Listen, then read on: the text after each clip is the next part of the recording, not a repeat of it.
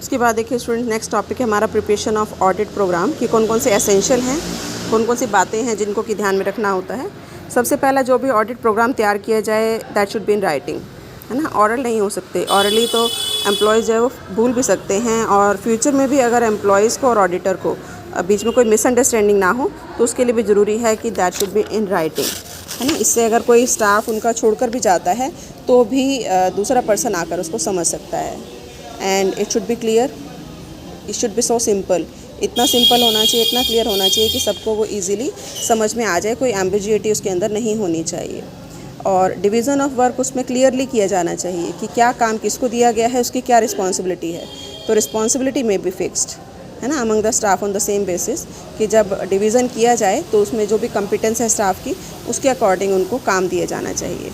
And it should be flexible, कि flexible होना चाहिए कि कभी भी कोई भी चेंज करना हो तो उनको चेंज करने में कोई प्रॉब्लम क्रिएट ना हो, है ना। एंड पॉलिसी एंड प्रोविज़न्स, कि जब भी ऑडिट प्रोग्राम बनाया जाए तो जो भी उससे रिलेटेड पॉलिसी हैं या जो प्रोविज़न हैं जो वो फॉलो कर रहे हैं उसको दिमाग में रखा जाना चाहिए, है ना। कंपनी का मेमोरेंडम है, आर्टिकल ऑफ एसोसिएशन है, या in case of partnership form partnership deed है, उसको भी ध्यान में रखा जाना चाहिए।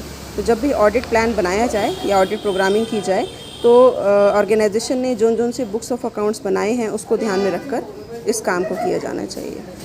नेक्स्ट है ऑब्जेक्ट ओरिएंटेड, है ना, कि जो भी प्रोग्राम बनाया जाए उसमें ऑब्जेक्टिव को ध्यान में रखना है कि ऑर्गेनाइजेशन का क्या ऑब्जेक्टिव है और उसके अकॉर्डिंग ही वो अपना जो है वो प्रोग्रामिंग करेंगे ताकि उनका जो काम है वो काफ़ी स्मूथली चल सके। इसी तरह से पिछली रिपोर्ट भी उनके पास होनी चाहिए, है ना। जब भी वो ऑडिट प्रोग्राम बनाएं तो पिछले जो फाइनल अकाउंट्स हैं वो और जो ऑडिट रिपोर्ट है उसको भी ध्यान में रखना है, उसके अकॉर्डिंग उनको प्रोग्रामिंग करनी है। नेक्स्ट डिपार्टमेंट वाइज, कि जो भी ऑडिट प्रोग्राम बनाया जाए वो कैसा होना चाहिए, डिपार्टमेंट वाइज होना चाहिए। कि जैसे सपोज़ आप कैश का ऑडिट करा रहे हैं, परचेज़ ऑडिट करा रहे हैं, सेल्स ऑडिट करा रहे हैं, तो सबके लिए अलग अलग डिफरेंट डिपार्टमेंट प्रोग्राम बनाए जाने चाहिए। उसके बाद देखिए स्पेसिमेन ऑफ ऑडिट प्रोग्राम, ये आपको स्पेसिमेन दिया हुआ है ना, जिसमें इस तरह से आप बुक्स के नाम लिख सकते हैं, सिग्नेचर ऑफ असिस्टेंट जब वो चेक कर ले, टाइम कितना लगा, और इसी तरह से जो ऑडिटर्स कोस्ट है at honorary hourly rate of employees वो भी आप यहाँ पर बता सकते हैं। तो इस तरह से परफॉर्मा ये आप से पूछा भी जा सकता है ऑडिट प्रोग्राम का, तो आप ये बनाकर दिखा सकते हैं। अब देखिए नेक्स्ट आता है what are the advantages of audit program, कि क्या फ़ायदा है इसका बनाने का। कि तो सबसे पहला कि डिस्ट्रीब्यूशन ऑफ वर्क हो जाता है अकॉर्डिंग टू एबिलिटी, कि जो पर्सन जिस काम को करने के काबिल है उसको वो काम दिया जाता है और फिर उनको आप रिस्पॉन्सिबल भी ठहरा सकते हैं। डिटर्मिनेशन ऑफ रिस्पॉन्सिबिलिटी, कि अगर उसमें कोई कमी पाई जाती है तो आपको ये पता है कि ये काम इस पर्सन ने किया है ना, तो आप उसको रिस्पॉन्सिबल ठहरा सकते हो और इसी वजह से वो काफ़ी केयरफुली काम करेगा, है ना। वो सोचेगा कि काफ़ी ध्यान से काम करना है ताकि कोई मिस्टेक ना हो।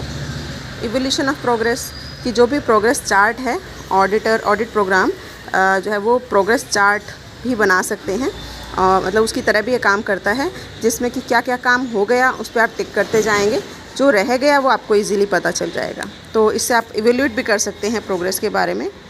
यूनिफॉर्मिटी इन वर्क, कि वर्क में भी यूनिफॉर्मिटी आती है, कोई भी काम रिपीट नहीं होता, है ना, और सब आपस में एक दूसरे से कोऑर्डिनेट करते हैं। तो पिछले सालों का भी काम देखकर उसके अकॉर्डिंग प्रोग्रामिंग की जा सकती है। No effect of changes in employees, कि एम्प्लॉयज़ के अंदर मतलब कोई भी चेंज नहीं होता, है ना, कि अगर चेंज होता भी है वैसे वो कोशिश करते हैं कि चेंज ना हो, लेकिन अगर ऑडिट स्टाफ में चेंज होता है तो उसका कोई इफ़ेक्ट नहीं होता, क्योंकि अगर कोई स्टाफ मेंबर छोड़कर जाता है तो ऑडिट प्रोग्राम के थ्रू ये पता चल जाता है कि क्या क्या काम हुआ था, कितना हुआ था और कितना भी बाकी है। इसी तरह से कोर्ट में भी उसको प्रेजेंट किया जा सकता है इन केस ऑफ एनी डिस्प्यूट, है ना, between the client and the auditor. अगर कोई चेंज होता है या कोई नेग्लिजेंस होती है, लापरवाही होती है, ऑडिटर के ऊपर कोई केस किया जाता है तो ऑडिटर इस अपने ऑडिट प्रोग्राम को एज ए प्रूफ प्रेजेंट कर सकता है। सेविंग ऑफ टाइम, कि टाइम भी बचता है ना, कि ऑटोमेटिकली कुछ प्रॉब्लम तो वैसे ही सॉल्व हो जाती हैं, इसलिए अननेसेसरी जो है टाइम का लॉस नहीं होता थिंकिंग और अंडरस्टैंडिंग में। Simultaneously work in different business, कि अलग अलग बिज़नेस में जब इकट्ठा काम करना है, साइमल्टेनियसली काम करना है ऑडिटर ने, है ना, तो इस तरीके से जो ऑडिटर है वो इस तरह से करके और अपनी जो भी डिस्क्रिपेंसीज आती हैं, मिस्टेक्स होती हैं, उनसे बच सकता है ना। कंप्लीट चेकिंग पॉसिबल, कि इसमें क्योंकि प्रोग्राम बना लिया जाता है और उसमें लिख लिया जाता है कि क्या क्या काम कब कब करना है, तो फिर 100% चेकिंग पॉसिबल हो पाती है। मतलब कोई भी एरिया ऐसा नहीं होता जो अनटच्ड रह जाए। फैसिलिटी इन कंट्रोल कि ऑडिट प्रोग्राम जो है वो ऑडिट वर्क को कंट्रोल करता है ना। तो इसमें जैसे बताया रिस्पॉन्सिबिलिटी भी सेट होती है, डिवीज़न ऑफ वर्क भी होता है इजीली, तो इससे नेग्लिजेंस के चांसेस या एरर के चांसेस कम रह जाते हैं।